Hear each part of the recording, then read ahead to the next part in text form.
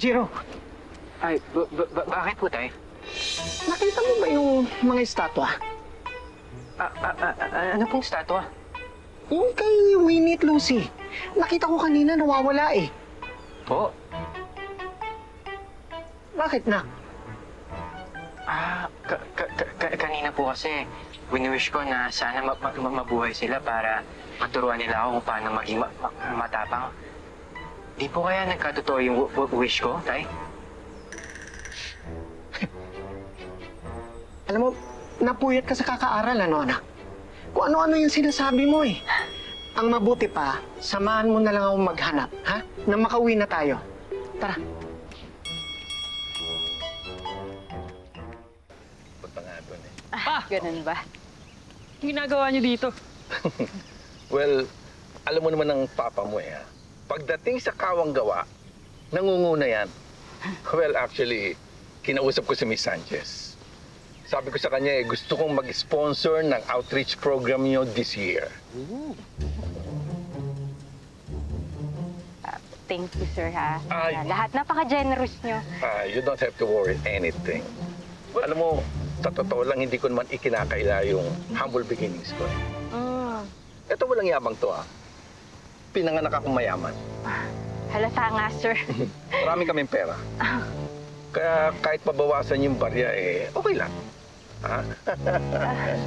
Generous talaga yung dad nyo. No? Man. Oo.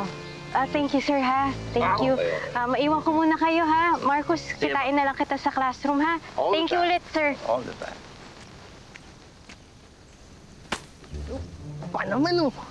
Marcos, ano yung nabalitaan ko na umusa ka daw ng anak ng janitor nyo?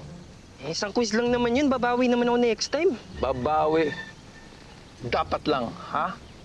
Halika. Ito itato mo na sa kokote mo, ha? Unang-una, ayokong mamantsahan ng legacy ko. Pangalawa, ayokong masayang lahat ng perang idinodonate ko dito sa eskwela nyo kung magiging number 2 ka lang. Nagkakaintindihan tayo? Yes po, pa. Good.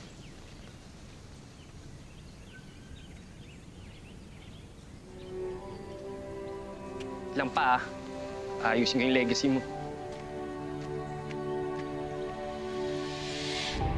Congrats! Thank you po, Nay. Patingin nga ako, ate. For sure, ako naman magiging Scout Captain next year pagka-graduate mo. Brave Scout Captain Lucy Bravo. Bagay, di ba? Bagay, di ba, Nay? Gaya ka talaga. Ang gagaling at ang gaganda talaga ng anak ko. Siyempre, mana sa inyo, Nay. Sinabi mo pa. O sige, tayo na kayo dyan at sabihin niyo na yung pledge nyo. Walang uurong, laging tutulong. Brave Scout!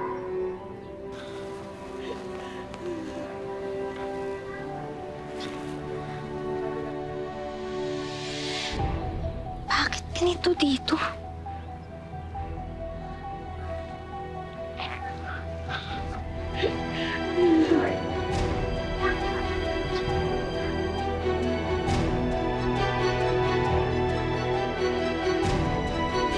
Nay.